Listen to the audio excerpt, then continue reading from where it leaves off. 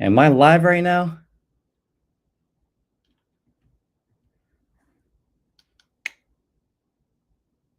Well, good evening. Welcome. Hope everybody's doing all right today. I definitely didn't think that I was on just then. Had to go get a little bit of water. So, just keep that in mind. Appreciate the patience from everybody.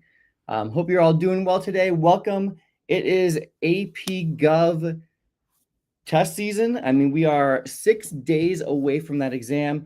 So I know you might be feeling a little bit nervous, might be feeling a little bit anxious, but trust me, you're going to be fine.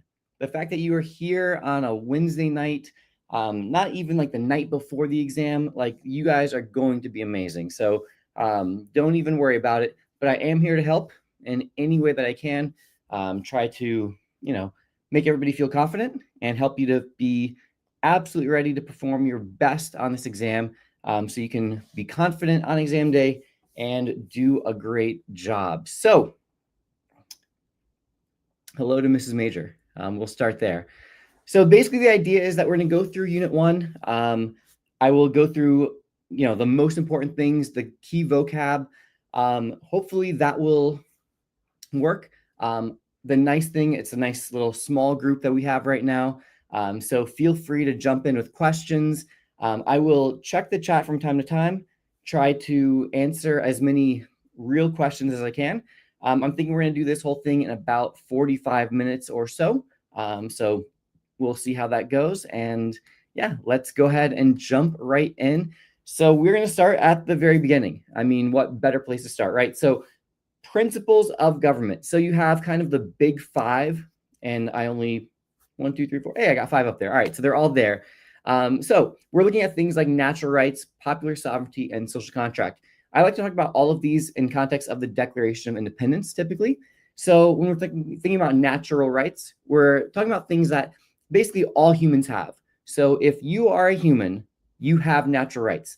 You don't receive them from a government, and that also means that basically governments have a responsibility to not take those rights away. So they don't bestow them. Jefferson talks about unalienable rights. It's a very, very closely related, not exactly the same, but closely related concept. You can pretty much use them interchangeably on an FRQ if you so desire. So natural rights, everybody has them just by being human. Popular sovereignty is the idea that people are the source of governmental power. All right, so whatever power that a government has, it comes from people. So again, notice that the emphasis of both of these first two ideas is about the people themselves. I just realized I'm looking at the wrong camera. I have 2 cameras there.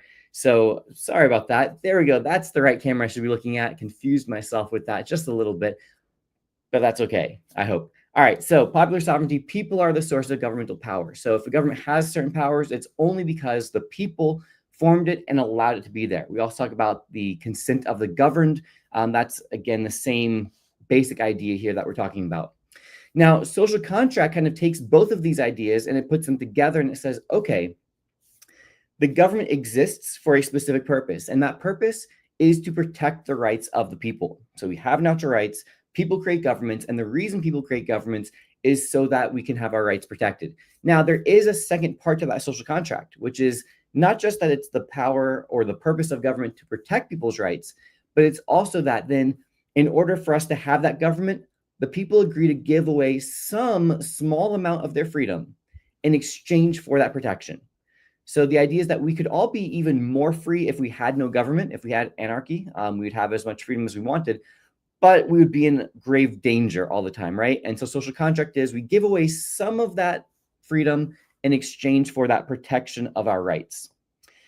All right. Then we have limited government, which is exactly what it sounds like, that the government has some power, again, primarily to protect people's rights, defense, that sort of thing, security.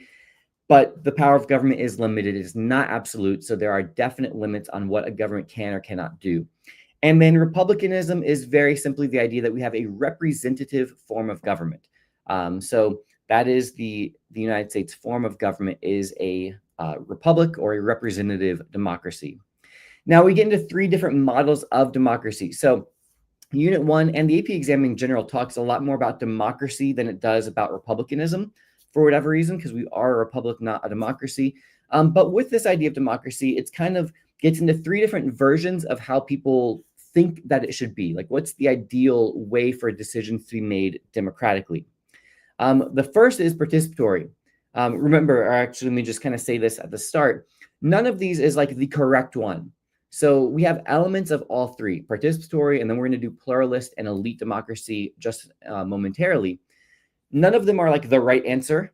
And some of them you might think are more or less desirable than others.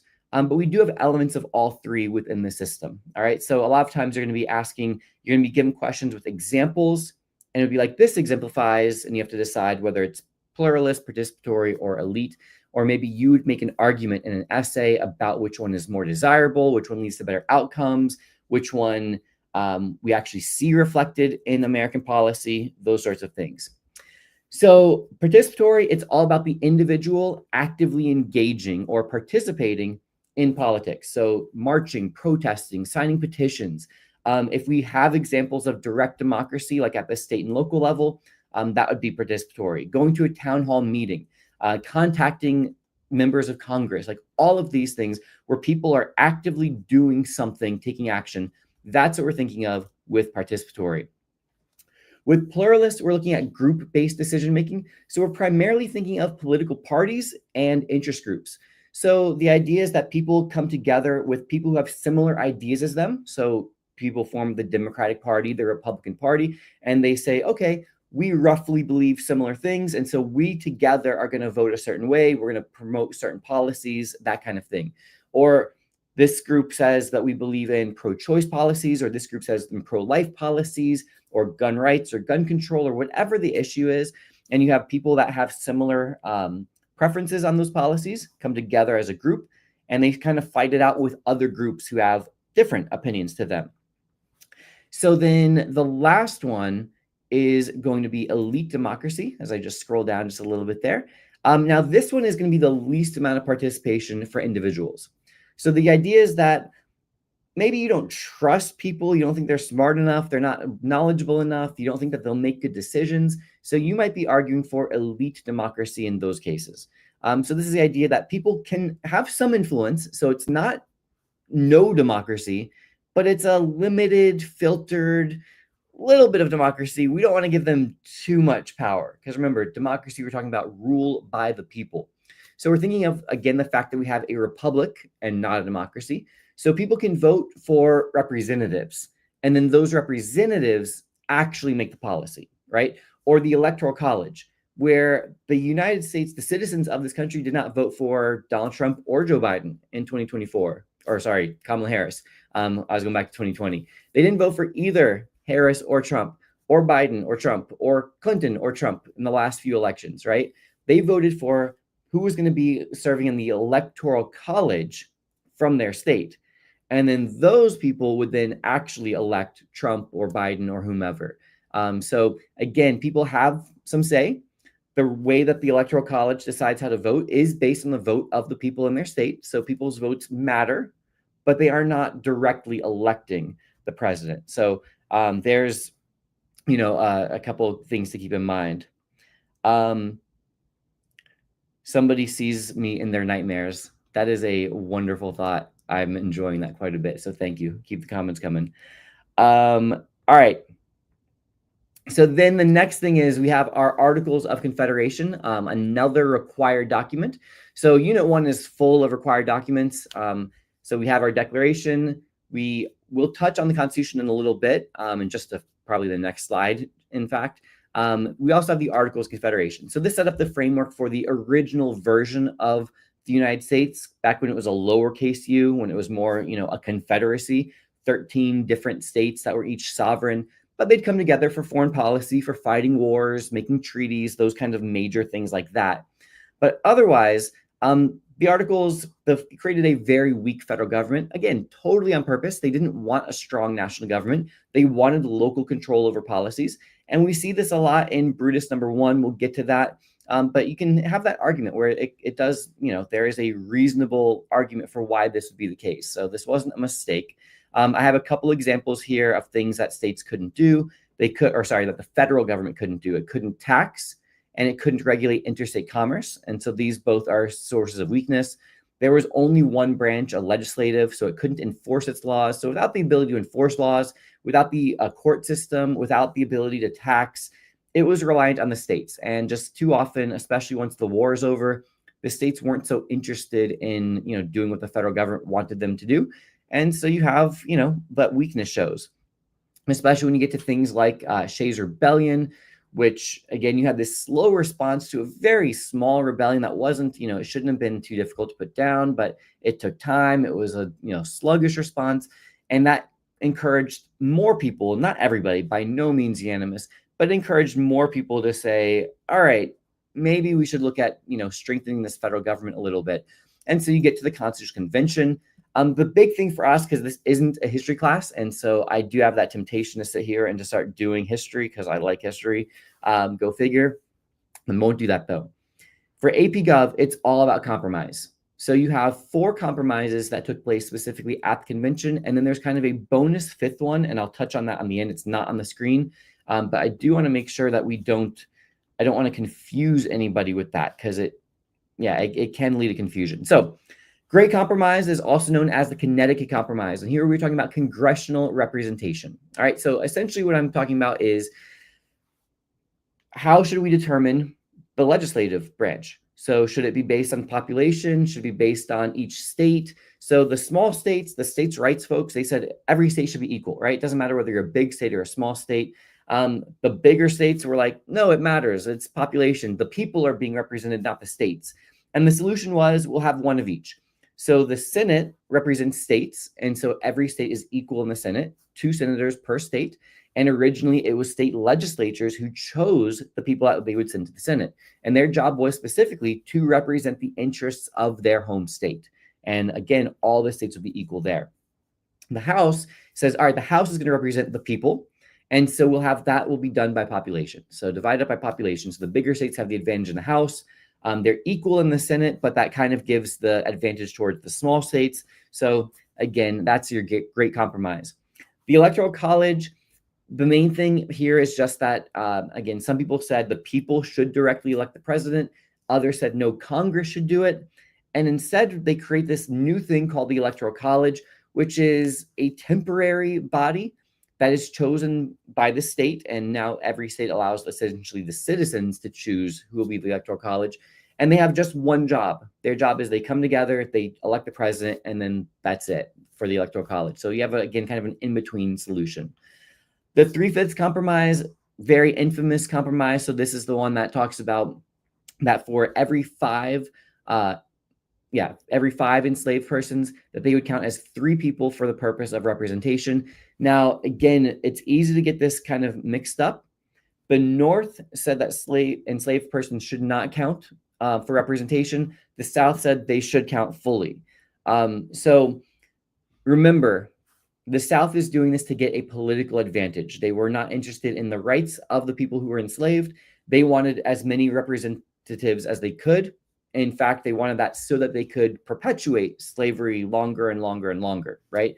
And so the North did not want to provide any representation because they realized, of course, that the extra representatives for those southern states would not be representing the people who were enslaved, but rather the slave owners and that sort of thing, right? So you have that compromise, again, meeting somewhat in the middle there. All right. And then we have the ban or the compromise on the ban on the importation of slaves. So what we're talking about here is that they essentially agreed that the slave trade would not be banned for 20 years following ratification of the Constitution. And so that is a way that the Constitution was able to be ratified, was that they took that off the table and said for 20 years, slave trade can continue. It was banned on the first day that it was allowed to be banned in 1809. Thomas Jefferson, right at the end of his presidency, did sign the end of the slave trade. Obviously, that didn't end slavery. It took another 40, 50 years for that to occur, 50 plus years. The last one that's not on here, the bonus one, is about the Bill of Rights. Now, the reason I didn't put it on the screen, and it's in the same module 1.5, so sometimes it can be a little bit tricky. It can, it can fool people sometimes. The thing about that one is that it did not occur at the Constitutional Convention. It happened after the fact. So the Federalists and the Anti-Federalists, they're over here and they're fighting about, the strong central government versus states' rights. The Federalists wanted the Constitution and strong central government. The Anti-Federalists said no state sovereignty, opposed the new Constitution, that kind of thing. But eventually the Anti-Federalists kind of realized we're starting to lose this battle. So they made it their main goal to demand a Bill of Rights. And so several states essentially said, we're only going to ratify if we have a Bill of Rights, like immediately. And so the Bill of Rights comes as a result of that compromise that takes place after the Constitutional Convention, but during the ratification process. All right, so delegate. All right, so then we're going to shift gears a lot, actually. And actually, this is a good time to just kind of pause, take a break. Let me take a sip of water real quick and ask you, if you haven't already and you don't mind, you want to smash that like button for me. I do appreciate it. If you are not subscribed already, make sure that you subscribe. And I'm going to ask you a favor. The fact that you're here tonight, again, I appreciate it so much that you are trusting me to help you with AP Gov, get ready for this, get you college credit and all of that. If you want to tell other people about this channel, they might also benefit from it, and it would definitely help me out. So, I would certainly say thank you if you're able to do that. If you are looking for other review materials, so I'm going to be here, by the way, let me just kind of run through it. I have 5 more lives we're going to do. So we're going to do 2 on Saturday, 1 on Sunday, and 2 on Monday. So mostly it's going to be that home stretch getting ready for the exam. We're going to do the next 4 units, 2 through 5. I'm going to do one that will be going through multiple choice practice questions. And we're going to do one going through the FRQ. I'm going to save that one for last. That's probably going to be the biggest, most important one. That'll be Monday night, last thing right before you get ready for that AP exam. So you can feel super, super confident, okay? If you do want extra practice, I have 2 things to offer you, the Ultimate Review Packet and the Ultimate Exam Slayer. You're obviously welcome to take a look at both. They both have free previews. The link is in the description below. So if you want to just kind of sign up for that, you'll get the free preview. You have a ton of great study guides with answer keys, essential questions with answer keys. You have hundreds of multiple choice questions in the Ultimate Review Packet. You have 2 full-length practice tests, a bunch of FRQs, all that. The Exam Slayer has everything. It basically looks exactly like your test, your AP test is going to look. It is a digital testing platform. Just like the AP exam, you have 5 unit tests. So these are test level questions.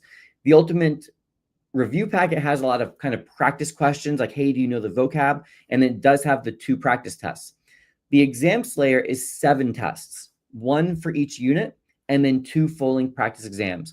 There's also 28 FRQs and a whole section that gets right into teaching you how to write the FRQs, strategy for it, practice scoring it. So all of that stuff is there as part of the Ultimate Exam Slayer. So again, I encourage you to check it out.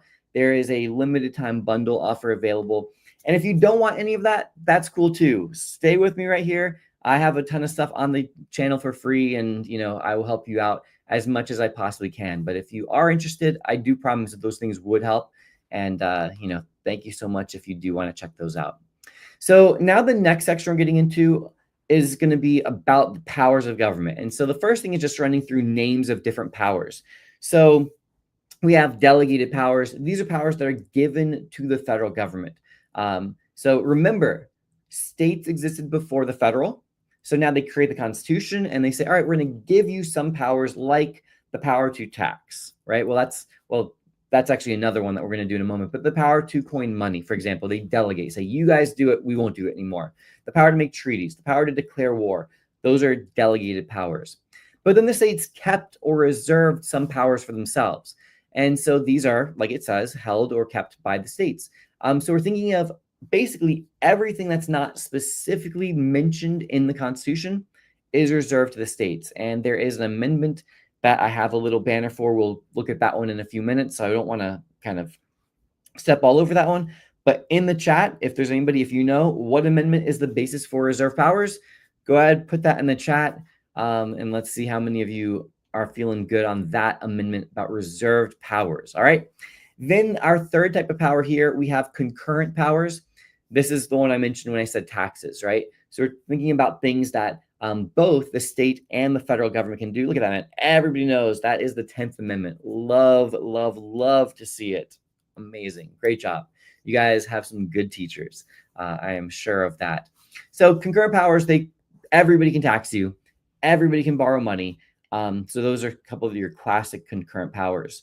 Then we have whether the powers are actually specifically mentioned or not. And so express powers, these are also known as enumerated or explicit. I don't think they really use the word explicit anymore, but expressed and enumerated. All it means is that they are directly stated. They are written down. So you can look in the Constitution and it will say Congress has the power to declare war, to regulate interstate commerce, to make a post office, to raise an army, to all those things. Those are expressed. They are written down.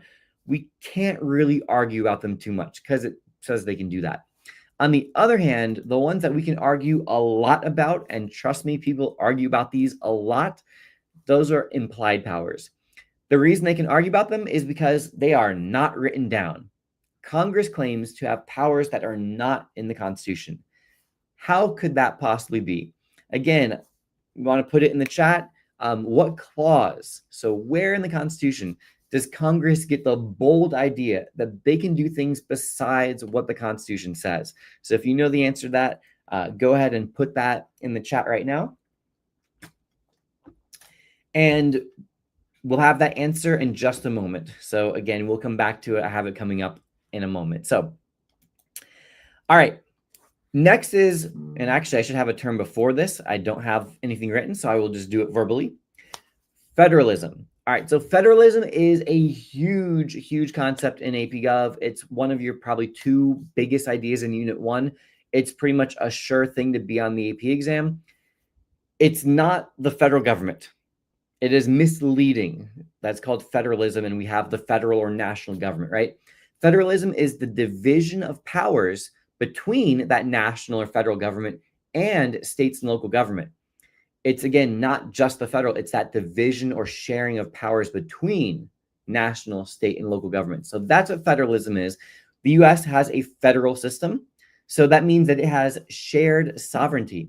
So whereas in a confederacy, the states are sovereign, in a unitary form of government, the federal or national is sovereign.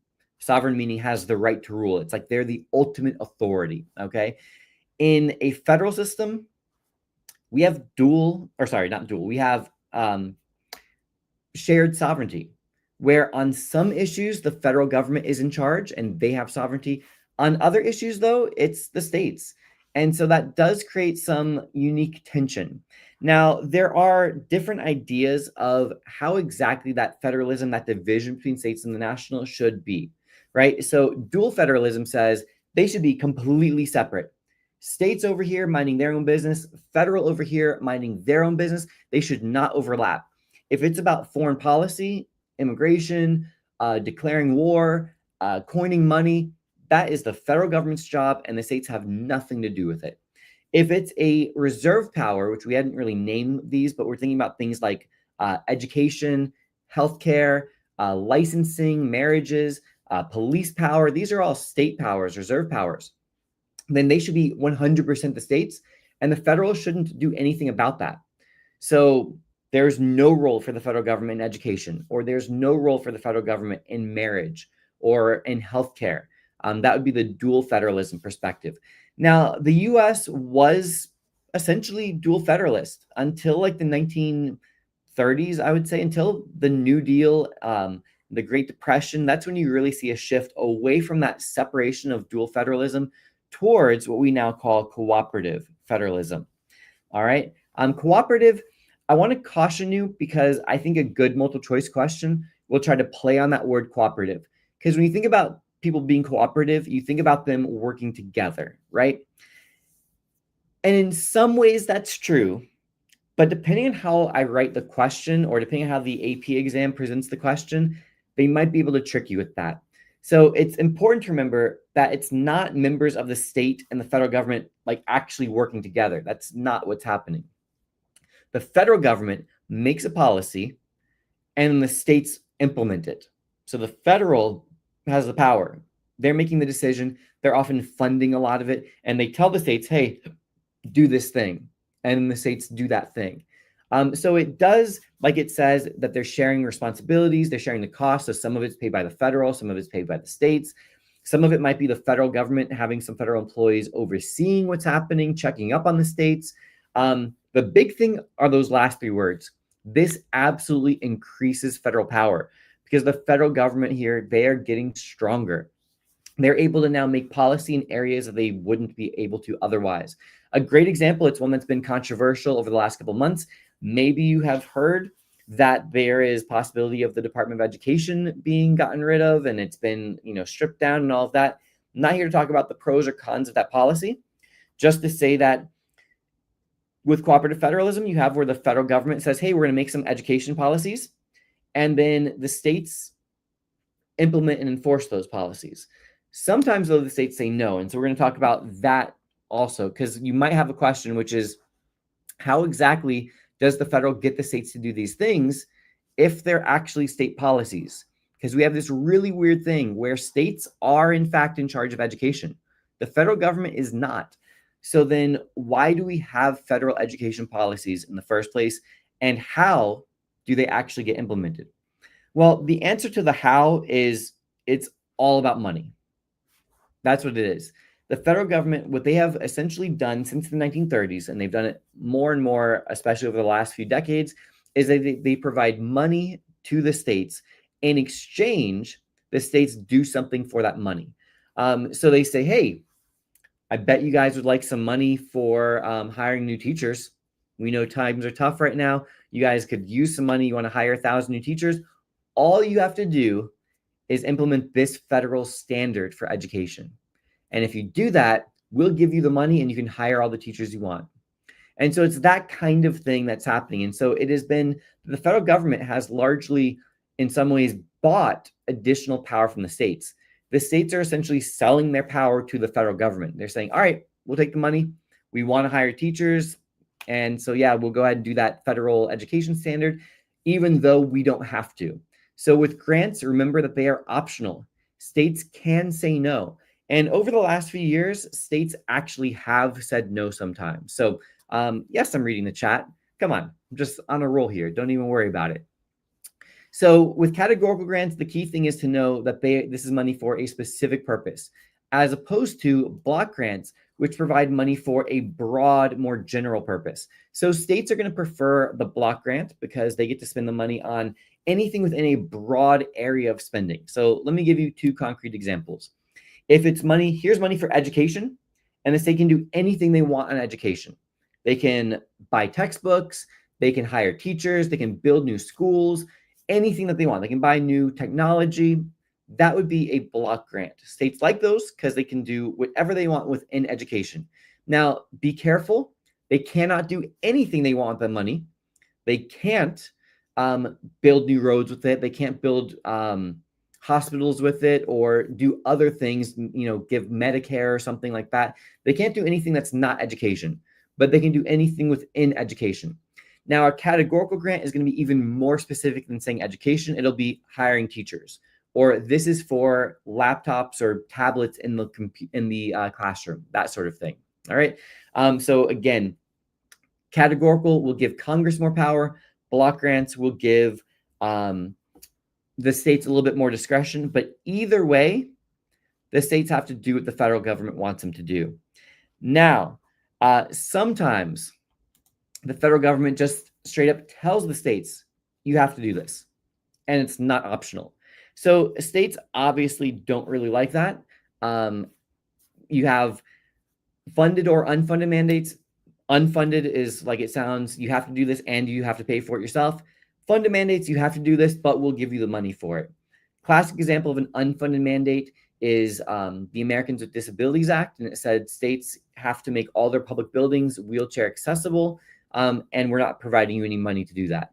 And so states were kind of upset about that. So again, mandates are another one like that. All right. The last one there is federal revenue sharing. Why we teach this, I'm not sure. It basically hasn't existed in like 30 years, but it is where the federal government says, here you go, here's money. No strings attached. States can do anything that they want with that money. That is federal revenue sharing. Obviously, states would like that quite a bit. All right, so we are coming up to the last few things. We have the obvious, or honestly, the most important things left at this point, just about. Just skimming the chat just a little bit. Shout out Coach Bowler. All right, bump. Yeah, to be fair. Okay, Federal 10 is about factions. Yeah, thank you for mentioning that. 10 is about, remember, you don't eliminate factions, but it's about controlling the negative effects of factions. And the best way to control the negative effects of factions is a large republic. Federalist 51, checks and balances, separation of powers. That's exactly right. Vodka Drunkinsky, that's a great name. Not that anybody, you don't know anything about that. But asks, how does creating a mandate work? Yeah, it is very powerful. And I kind of low-key intentionally skipped over the whys of that because I'm like, if nobody asks, but you asked, so I'll answer. Okay, so for a mandate, it basically has to be something that's going to be related primarily. I'm going a little bit broad on this, but for the most part, it's going to be connected to the 13th, the 14th, or the 15th Amendment. Most commonly, it's going to be the 14th Amendment and the Equal Protection Clause. That's really a concept from Unit 3, which is why it's weird to teach mandates here when you haven't learned about equal protection yet. But you guys have learned about it. So equal protection says, nor shall any state deny to any person within its jurisdiction the equal protection of the law, right? So if the federal government looks and sees that a state is denying people the equal protection of the law, then either Congress or oftentimes it's the courts will essentially say, hey, you can't do that anymore, or you have to do this other thing. So essentially what happened with the Americans with Disabilities Act is Congress said, states, hey, you need to abide by the 14th Amendment, which says you can't treat your citizens, your residents unequally. And so you have to give access to public buildings to people who are disabled, who can't physically get into that building. So you need to make them wheelchair accessible. So the policy itself is based on the 14th Amendment and the Equal Protection Clause. I hope that makes sense. So if Vodka wants to comment, if that helps. I see Vodka is also talking about Federalist Papers, helping people out there. But hopefully that kind of makes sense. It's really the federal government making sure that the states are following the Constitution. And it is most commonly going to be the 14th Amendment. All right. Hope that helps. Okay, so then the last section that we're doing is all about the other way that the federal government has gotten stronger. So we did one. One is through money, right? They bought their power from the states. They said, hey, here's money, give us power. And the state said, we don't want to give you power, but you know what? We really like money. And so they gave away their power. The other way is we just started interpreting the Constitution differently. The words in the Constitution didn't change, but the way that they have been interpreted has changed in such a way that has favored the federal government. And so there are three specific clauses we're going to talk about, two of which the interpretations, changed, one of which relatively modern. But yeah, they're all three going to lead to an expansion of federal power. First is the necessary and proper clause, and that is what you guys, a lot of you I saw put in the chat earlier when I asked about what's the basis for implied powers. There's your answer. It says it's the last part of the first in Article 1, Section 8. It goes through and it says, here's everything Congress can do, right? And at the very end, it says, and Congress shall have the power to create all laws which shall be necessary and proper for carrying into execution the foregoing or preceding powers. So it just opens up this huge loophole and says, well, we might not have said everything that Congress can do. If it's related to one of the powers we did give them, like borrowing money, like taxing, like regulating commerce, like establishing post offices, whatever, If it's related to those and it's necessary and proper, then Congress can go ahead and do it. Now, I think some of you might have put what Brutus number 1 was also about, which Brutus says this clause is going to lead to Congress having uncontrollable power, because Brutus is like, who's going to decide what's necessary and proper? Congress. And so Congress is just going to say that everything is necessary and proper. Brutus's instinct was pretty good. In practice, it's the Supreme Court who really decides ultimately whether something is necessary and proper. But Brutus was exactly right that this has absolutely led to a huge increase in federal power, because it has let Congress make laws about things that are not in the Constitution. Along with that, we have a required case, McCulloch versus Maryland. Now, remember, for your cases, you need to know a few things. You got to know the facts. That's the background story. You got to know the holding. What did the court decide? You have to know the issue. That's the question that the court was hearing. And you have to know the constitutional reasoning or the principle. So what in the Constitution did they use to support what their decision was, right? Okay, so McCulloch, Congress creates a national bank. The issue, can Congress create a national bank? Now, why is that an issue? Because it does not say anywhere in the Constitution that Congress can create a national bank. So this is a Jefferson versus Hamilton argument. You might remember they didn't really get to this too specifically in Hamilton, but they danced around it a little bit in one of the rap battles. But your idea here is Jefferson says it's not in the Constitution, so they can't do it. Hamilton says, yeah, but they have to borrow money. They, are taxing. There's coining money. So there's all these things that they can do related, and it would be really helpful if they had a bank. Supreme Court in McCulloch versus Maryland says, you know what, that's true. It doesn't say it, but Congress has implied powers, and this is related to their express powers. So yes, Congress can create a national bank. Now, that wasn't the only thing involved in that case. There was also the supremacy clause, which, again, I see some people in that chat have already anticipated, so that is awesome. When federal and state laws conflict, the federal law is superior. So the Constitution just says this pretty clearly. So again, if there's a conflict between those two, the federal or the Constitution and federal law is the supreme law of the land. It goes above state laws. And so you have, again, back in McCulloch, some of the states, they said, we aren't here for that. And so Maryland and a couple others, they decided to place a tax on the national government. The guy, McCulloch, working for the National Bank says, we are not paying this tax. We are the national government. We are above the states. How dare you, good sir, try to tax us? And so he refuses to pay the tax. And so the Supreme Court says, yeah, states can't tax the national government. The power to tax is the power to destroy. That's one of the lines in that court ruling. It's a great line. It's an important line to remember today when you're thinking about tax policy. The power to tax is the power to destroy. It would imply that the states are stronger than the federal government. It says that that's not the right way that it is. And so the states can't tax the national government. Why not? Because of the supremacy clause. Now, just as a quick caution, this does not mean that the federal government wins 100% of the time when federal does one thing and states do another thing. It is possible, and it does happen every once in a while, that the federal government can say, or the Supreme Court can say, the federal government here overstepped. States actually are in charge of this. So they could do that with education, for example.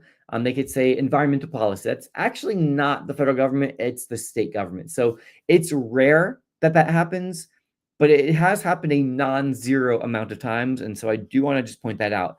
The federal government has the huge advantage because of that clause, but they are not guaranteed to win. All right, and then the biggest one, I love to talk about this one, but I'm going to do it quick. That is the Commerce Clause. The Commerce Clause says, well, what it literally says is that Congress has the power to regulate commerce among the several states. Very briefly, commerce refers to buying and selling, trading, all right? Among the several states, we're thinking about interstate is how we most commonly call that. So think about things that cross state lines, right? So a railroad that goes from Florida to Maine, that's clearly interstate. We can all agree. And so the federal government absolutely has the power to regulate a interstate railroad, right? Or airplanes flying across state lines. Trucking, that's bringing, Georgia peaches to Washington State or what have you, right? So these things are clearly interstate. But notice what it says, that this interpretation has been expanded. And so now notice the last bit there after the colon. It says, only Congress. Oh, well, I didn't actually write the phrase out. That's okay, though. But now it's only Congress. And now instead of having the power to regulate interstate commerce, now it's can regulate anything affecting interstate commerce. So now I'll put that all together. Only Congress can regulate anything affecting interstate commerce. Well, what affects interstate commerce? The answer is almost anything. And that's really not much of an exaggeration, to tell you the truth. If you go back to Wickard versus Filburn, 1942, and you have a farmer growing wheat on his own land within a single state, and that farmer then feeds that wheat to his own cattle. So it does not cross state lines. It's not interstate. It's not involved in any commerce. It is not bought nor sold. He grows it, feeds it to his animals, right? And the Supreme Court says, yeah, but if everybody did that, that would affect the interstate price for wheat, which, like, yeah, but is that actually interstate commerce?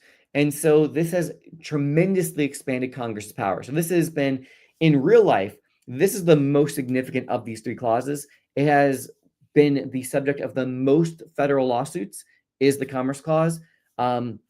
And you have a period of time from 1937 to 1995 where every single time that the Supreme Court heard a case and Congress said, oh, we can do that because of the Commerce Clause. For that entire period, for 58 years, the Supreme Court said, yeah, sounds good to us, and they just rubber stamped it. That changes, though, in U.S. versus Lopez. All right. So U.S. versus Lopez, you can see there it says it limited congressional use of the Commerce Clause. Now, only slightly. So don't run away with this and get it twisted and be like, oh, now Congress can't use the Commerce Clause. That's not true. But let's slow down and pause and go through this case briefly. All right, facts. Kid brings a gun to school. This is not about the Second Amendment. All right, multiple choice test questions love to ask about that because you're like, oh yeah, I remember Lopez, a kid that brought the gun to school. It's not really about the gun, okay? What happened is he gets arrested for breaking a state law that says you can't bring guns to school. The federal government, though, says, hey, wait a second. We want to charge him with the federal Gun-Free School Zones Act because we have a law, federal government, that says you can't bring guns to school. And so they took over the case. And so they charge him with violating the federal Gun-Free School Zones Act. Now, he loses because he brought a gun to school, so he gets convicted. But his lawyers astutely argue, Congress has nothing to do with regulating guns at school. That is a state issue, not a federal issue. And so it goes to the Supreme Court, and the Supreme Court rules in favor of that student. And they do strike down the Gun-Free School Zones Act. Now, Congress tried to defend itself, and they're like, oh, but it affects interstate commerce. If, kids had guns at school, then people would feel less safe. Families wouldn't want to move into those neighborhoods. So it would affect, the job market in those neighborhoods. It would affect home prices in those areas. So it affects interstate commerce. And the Supreme Court, what they essentially said was, if we said yes to this argument, then there would be literally no limit. It says that Congress would cease having a limited government. Congress would be allowed to do anything it wanted to by saying it affects interstate commerce, and they refused to do that. So it was a 5-4 ruling. It was, controversial. There are people who definitely disagree with that. But that's your basic idea, is that it said not everything affects interstate commerce. But I want to absolutely be sure that we're good to note that this interpretation that's on the screen right now is still the current interpretation. All that changed with Lopez is that they finally found a limit, and they acknowledged that not literally everything affects interstate commerce. Up until then, for 58 years, it was anything affects interstate commerce. Now there is a line. All right. So our last couple things we're going to turn to. On the other hand, and actually this goes with this case. So the other thing that I want to do with Lopez is it also mentioned, hey, don't you guys remember there's this little thing called the 10th Amendment that reserves powers to the states because not everything belongs to the federal government. And so some things are actually truly a state issue, like education. And so education is always our classic example of something that is truly a state or reserved power. All right. Now, again, along with Lopez, our overall trend has definitely been that the federal government has gotten stronger and stronger and stronger over time. Lopez says we're going to take back a little bit of the power from the federal, just a little bit, but a little bit, still moving in the opposite direction. Devolution is also along the same idea. It's a more conservative idea associated with Republican presidents most commonly. And it's the idea of saying, hey, some of the things that were done federally, let's give them back to the states, things that had been taken over since the 1930s. So you have this idea of devolution. Now, the last thing is section 1.9, which gets into federalism a little bit more, advantages, disadvantages. If anybody has questions in the chat or wants to put questions, go ahead and throw them in there now. If you did it earlier, I'm not going to scroll back up because I've seen you guys are kind of talking random stuff, and I'm not going to look through all that. But if you do have any questions related to Unit 1, I'm happy to try to answer them because we're almost done. By the time you finish typing, probably done. So advantages of federalism. What that means when it says multiple access points is there's just more places for you to go. So if you want to try to change or affect policy, you can go to your local government, your city, your county, your state, your school board, the federal government. So you have lots of ways to affect policy. Another one is that states can make policies that are specific to their needs. So again, classic examples, Florida needs hurricane policies. What do people in Maine or Idaho know about hurricane policies? They shouldn't really have influence over what Florida's doing to stay safe from hurricanes, right? Same way as people in Florida don't know anything about snowstorms. So let Colorado and, western or northern states deal with those policies because they have experience and they know what to do there. Another advantage is that states can be laboratories of democracy. So essentially, states can choose to make policies for themselves, and they can say, all right, well, we want to see, so Colorado, stick with them. We don't think that the world will end if we legalize marijuana recreationally, right? And so everybody else got to sit back and look and see, well, what happens in Colorado? Does it become a post-apocalyptic hellscape? And if it did, then states wouldn't have copied them. It didn't, and states were like, ooh, look at all that tax revenue from legal weed. We want that tax revenue too. And so a lot of states have followed them. Now, on the other hand, Oregon went and they said, all right, we're going to decriminalize all drugs. And in some ways, they kind of did become a post-apocalyptic hellscape. And so the other states were like, ooh, yeah, you guys have fun with that. We aren't doing that. And Oregon, after a few years, said, all right, you know what? We're not going to do that either. So again, laboratories of democracy allow states and the federal government to kind of sit back, observe, and see the effects of policies and decide whether they want to do them themselves or not. And you also have a last advantage, which is that the federal government can establish a single policy for the whole country when it makes sense to do so. So it's convenient that we have one currency, right? I'm not saying that that's necessarily a good thing, but it is convenient. And so they're like, all right, we all just do this one thing and it can, maybe that would be a good thing. All right, so that is all the vocab I had that I wanted to do. Just kind of going to skim very, very briefly and see if we got anything. All right, we have, why are we taking AP Gov as senior? Probably because that's what your state decided. Maybe it's your local school board. Yeah, I think it will be a video on my channel, even though for the first minute I wasn't here because I was downstairs getting water, but yeah. Does the necessary and proper clause allow the federal government to create laws that have nothing to do with their express powers as long as it doesn't violate the Constitution? No, it does not. All right. If they want to do something that really has nothing to do with the Constitution, then they are better off claiming that it affects interstate commerce. So necessary and proper, especially on test questions, all right? I'm focusing on the AP Gov exam, not real life necessarily. For the AP exam, it must be related to their enumerated or expressed powers. All right. Hannah wanted somebody to stop. I feel like Hannah wants Logan to stop. I don't know. I'm just guessing. I don't know Hannah or Logan yet, but yeah, somebody else doesn't like Logan either. Does Logan need to be muted? You guys let me know. Would Marbury versus Madison be considered the first example of judicial review? Yes, it is, but that's more Unit 2, so we can talk about that next time. What's a good way to approach a knowledge-based question that you can't quite remember? Believe in yourself. I mean, I know that sounds dumb, but you'll be okay. You're studying. By the next 6 days, you're going to fill your head with so much knowledge. The AP test will feel easy when it comes time. If you've done enough practice, and again, I guess I'll give a plug to my own stuff, the Ultimate Review Packet, the Ultimate Exam Slayer, like that stuff is good. It will help, and it will make the AP exam feel easy. Appreciate World Star. I mean, it even sounds like I'm saying World Star. Okay. Save all real questions for ChatGPT. Come on. My teacher said, look at the questions, see answers are relevant. Well, that's definitely true. So Vodka Drunkinski coming through again there.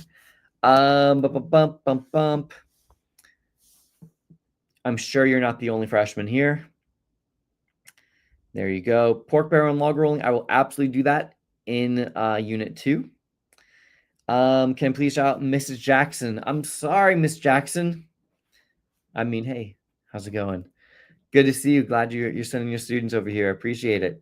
Brutus number 1 is opposed to the Constitution. It's basically saying power to tax is going to be awful. The power of having a standing army is going to be awful. Necessary and proper clause supremacy. They are going to trample liberties. They're going to destroy states. Don't ratify the Constitution. And what he is for, local decision making. So he's pro-democracy and like small republics. All right. I do have some more votes for muting Logan. All right, so I'll remember that for Unit 2 because we're basically done here. No, you do not need to memorize Enlightenment philosophers. If it's, the chat's making it difficult, then I don't know, try to ignore the chat. You can probably full screen me. That might be a little bit disturbing, but it probably works. Yes, you will be able to rewatch this if you want, but I'd recommend my review videos. They're going to be, short, concise, to the point, but you're welcome. This is here, so yes, you can watch it. My shirt says your, as in you are. It's a spelling, grammar, I don't know, proper word joke. The stream for Unit 2 will be on Saturday afternoon, and then we're going to do a multiple choice practice stream on Saturday evening. Pluralist, yep, sounds good. Ooh, Hannah does not want Logan muted. That's a plot twist. I am friends with Heimler. It's a good dude. I'm a little bit jealous of him. I wish that I had a little bit bigger of a channel. But, I think the algorithm, if you search AP Gov, I feel like it pushes you to him. But, if you want to help me out and tell people about my videos, maybe you prefer it. Or it's like, hey, I'm doing 6 lives and he's only doing 1 for Gov because he has all the subjects. But, yeah, no, he's a good dude. All right. Yes, I have the BoJack Horseman shirt. I almost wore that tonight. Republicanism is that we have a representative form of government. So people choose representatives, and then those representatives make policies. Implied, not stated in the Constitution, enumerated are. Thank you, Savannah. I appreciate you. Appreciate you too, Sam and Hannah. You guys are awesome. And Kellen. What shirt should Marin wear to the exam? Let's think about that. I need some options. I don't know. Marin... Let's see. I gotta think about that. All right, laws get passed. We'll do that next time. Branches. Oh, the beard is not going anywhere. That's for sure. Hannah's yelling at me to answer Logan. I don't see anything from Logan. Oh, Logan says, how does government act like necessary and proper clause? Act out this, like, how do they prove they are using enumerated powers to carry out the laws? Well, they don't have to prove enumerated powers. They just have to say, oh, it's whenever they make a law, they have to put in the law what empowers them to make that law. And so if they're using the necessary and proper clause, they just say that this is in conjunction to our power to borrow money and to do this and this. So they put it into the law, and the Supreme Court decides whether that was legitimate or not. Okay.